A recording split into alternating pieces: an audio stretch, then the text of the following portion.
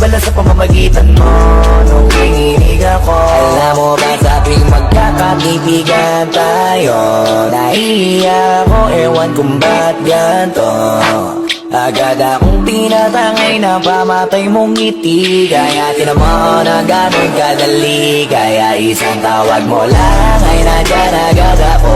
Kapag kailangan mo ko, nandyan agad ako. Ah! Papatuloy ka rin? Abayo, hindi naman daw masakit yun eh. Para nga lang daw kagat ng langgam yun eh. Lalo ako, hindi nga ako nagdala ng palda tsaka maluwag na shirt eh. Tsaka may anesthesia daw yun, kaya hindi ako masasaktan. O walang iyakan ha, ano. Sige, ano. Okay ng dalawa, dali. Tayo agad.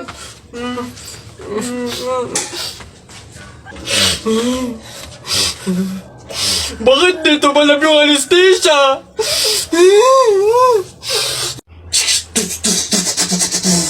Tapol! Hoy, Jepoy, tara, bari na tayo. May bago na akong pellet, oh. Maganda to, eh. Bili to ni Papa, eh. Ba't yan binili mo? Ang liit-liit naman yan. Di na naman uso yung mga pellet na ganyang maliliit, eh. Yung sa akin, mahaba. Isang ganun agad, tapol agad. Yung sa'yo mukhang mahina, eh. Yan ata yung nangangain ng bala. Duwag ka lang.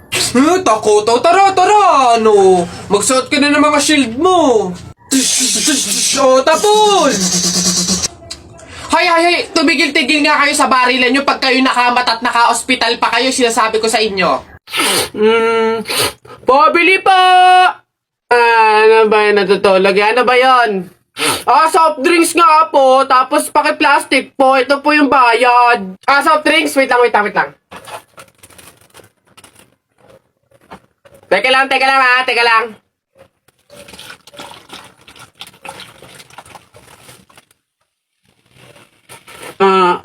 Ba't mo binabawasan yung soft drinks ko?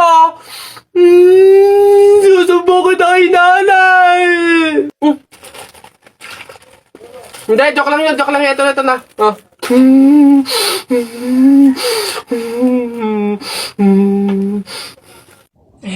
Pabili pa! Pabili! Ano ba yan? Natutulog ang ingay-ingay. Ano ba yan? Pabili nga po ko nung 2 juice po. Bayan eh. Ano pa? Tapos, C2 po. Ano pa? Ano pa ba? Tsaka po ng Chucky. Tsaka ng soft drinks po. Yun lang po. Akin na bayad. Ito po yung bayad. Ano? Sa dinami-dami mong bibilhin, pipiso lang palang pera mong bata kang na demonyo ka? Uy pre, dadaan tayo ng tunnel, di ba? Oo. Bakit? Sakto. Alam mo ba may pamahiin dyan? Ha? Pamahiin? Sa tunnel? Ano yun? Ang sabi kasi nila, kapag daw dadaan ka ng tunnel, huwag ka daw hihinga hanggat hindi ka nakakalagpas sa dulo. After mo daw makalagpas, ayun na, make a wish, tapos ayun, matutupad daw. Try natin. Baliw ka pre, hindi pwede. Ang haba ng tunnel na yan, oh. Pang mga maiikling tunnel lang ata yung mga sinasabi mo. Mamatay pa tayo dyan. Pre, huwag kang KJ, ayan na, oh. Sayang yung pagkakataon. Go na, minsan lang to. Ayun na pre, ayun na. 1, 2, teka lang. 3, go!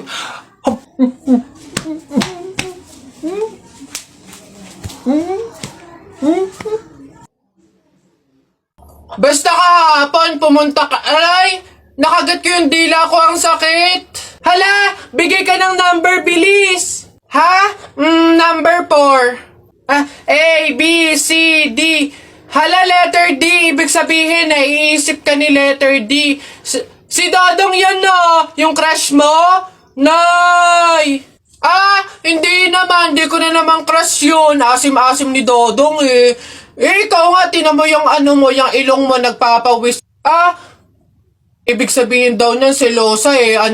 Nagsiselos ka siguro pag may kalarong iba si Mark Jun, no? Hindi naman ako selosa. Anong paki ko kung may kalaro ng iba si Mark Jun? Andyan pa naman si Tep-Tep. Ano ba yun? Hay, kaya ano yung mga pinag-uusapan ninyo? Kababata pa kumikiringking na kayo, ha? Ni hindi pa nga ata marunong magbasa at magsulat lumalantod na. Uy! Buti naman anak, makakalipat na tayo ng bahay. Ay, so nga nay, buti na lang makakalipat na tayo sa mas maayos na bahay. Pero may tanong ako, bakit ang daming nagsasabi na pamahiin daw kapag daw lilipat ng bahay at paalis na, wag na daw lilingon dun sa bahay na yun kasi may mangyayari daw masama? Bakit kaya? Nak, bakit mo ba natanong? Nay, gusto ko sanang lumingon para masulyapan yung bahay natin. Syempre, tagal na din naman natin tumira dyan, kaya napamahal na rin tayo. Bago man lang tayo umalis sana na masulyapan ulit kahit saglit. Ay, hindi anak. Sige lang, lumingon ka lang. Hindi naman tayo naniniwala sa mga pamahiin na yan, di ba? Walang mangyayaring masama, panigurado, promise. Sige, nay. Ay! Hoy, kayong dalawa. Ay, ano? Ganon-ganon na lang yun? Aalis na kayo agad, ha? Hindi nyo pa nga tapos bayaran yung upa sa bahay, Pati yung ilaw at tubig, hindi nyo pa tapos bayaran, tapos aalis lang kayo, ha? 10 yung pinapakain kong anak, tapos yung asawa ko batugan pa, tapos aalis kayo, hindi kayo magbabayad. Ang kakapal na mukha nyong lahat. Hindi ako papayag. Balik! Uwi!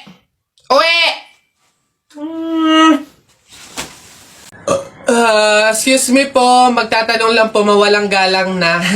Wala po kasi kaming chicken oil dun sa table namin. Hihingi lang po sana ako. Ha? Chicken oil? Bakit? Dahil buto-buto na yung manok mo. Para saan? Para yun naman yung ulamin mo ng ulamin kapag bubulos ka na ng madaming kanin. Alam ko na yung mga strategy yung ganyan. Kapag nga naman naubos yung manok na dapat tinipid nyo, ang pupunteryahin nyo naman yung chicken oil namin. Kasi nga naman masarap yung chicken oil namin, pwede nga namang ulamin yun. Dahilan para mapakinabangan nyo yung only rice. Alam ko na yan, wala na kayong mauuto dito. Visit? Akala nyo banu-banu ako, no? Akala nyo hindi ko malalaman yung iba pang mga strategy nyo. Hindi po to chicken oil. Wala po tong lasa. Ay, wow! Ikaw pa tong nag-inarte. Alam mo, kulang pa nga yan asin. Budburan mo ng asin para magkalasa. Chicken oil. Wala na, ubos na. Tao po. Yes, ano yun? Ito na po yung order ng pagkain. Oo, buti naman dumating na. Nagutom kasi ako ngayong gabi. Tinatamad naman ako magluto, kaya umorder na lang ako. Sige, salamat, akin na. Oops, teka lang. Bago ko po iabot yung pagkain na to, meron lang akong gustong sabihin sa inyo. Alam nyo ba na pamahiin na bawal mag-abot ng pagkain tuwing gabi? Malas daw yun. Ay, sorry, hindi ko alam. At least ngayon alam nyo na Basta ako, nagsabi lang ako. Kayong bahala kung gusto nyong malasin. Hello, nga, anong gagawin ko dyan sa in-order kong pagkain? Sige. Mas mabuti na yun, nag-iingat. Wala naman siguro masama kung sumunod sa mga pamahiing ganyan. Mas mabuting sa'yo na lang yan. Iuwi mo na yan, kainin mo na lang yan. Yun! Ay, joke lang. Hindi.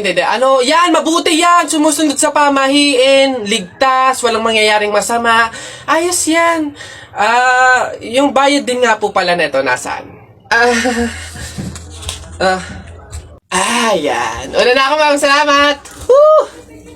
Kapag sinuswerte ka nga naman, nakauto na naman po tayo. Opo, pamahiin is the best! Mga nagpapauto, talaga naman. Mga uto-uto sa pamahiing iyan. Ang init. Pabili. Ano yun? Pogi to. Yung pabili po ako ng biskwit po. Arte. Ano pa? Tsaka po nung yung drinks po na yun po. Ayun po, isa lang po. Arte, hindi naman maganda. Ano sabi mo? Hay, narinig ko yun Hindi porque pogi kayo, ipapalagpasin ko yung mga sinasabi mo sa akin. Kaya lang naman ganito yung naging itsura ko, naubusan ako ng skincare, no? Skincare product lang naman pala, edi mag-aqua skin ka na lang. Ito yung kanilang latest product, yung kanilang food supplement capsule, yung kanilang collagen, tsaka yung kanilang Chubaki soap. Gamitin mo. Ano ba itong mga to? Sige na nga, bay na nga ang arte mo. Bala ka dyan. Yabang nun Papatunayan ko sa kanya nagaganda ulit ako.